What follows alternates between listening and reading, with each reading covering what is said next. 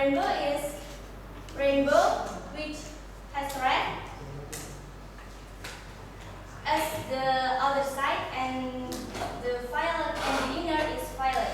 And the second is the double rainbow. Double rainbow is when there are two rainbows. When there are two rainbows, the first rainbow has a spectrum of colors same with the common rainbow, and the other, which on top of first rainbow, has a reverse of color. Okay, next, video of how rainbows form.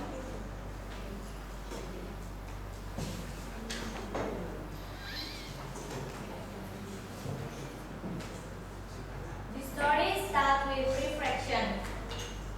The bending of light as it moves from one medium like air to another medium like water at an angle. If there were a giant ocean in between.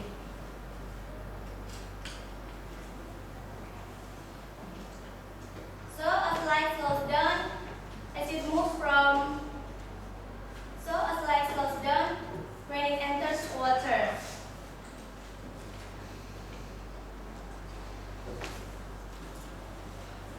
Violet light moves slower than red light, so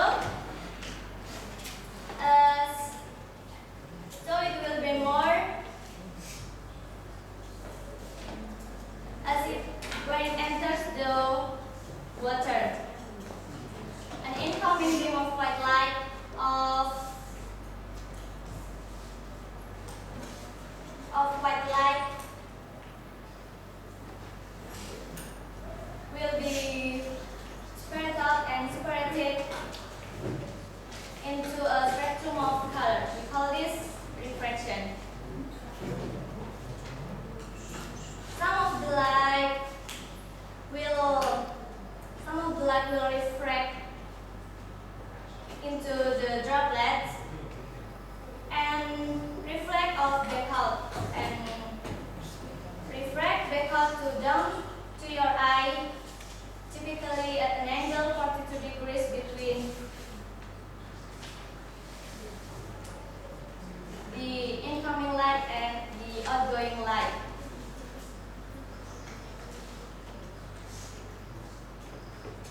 This can occur in a full circle of droplets.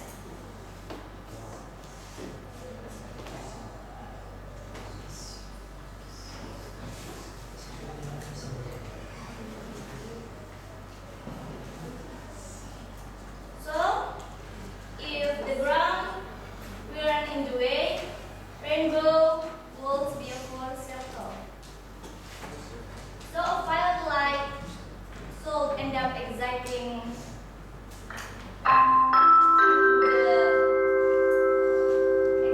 higher than red.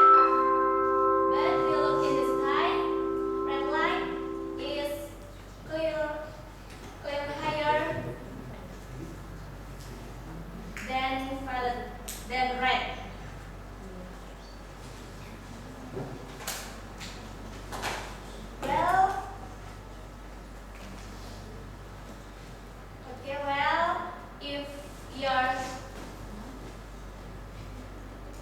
If you're observing from down here, violet light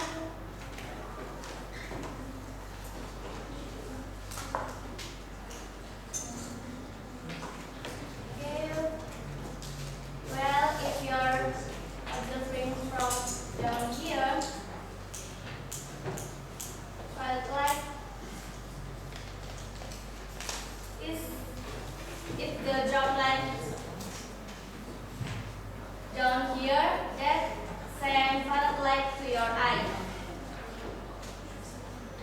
and the violet light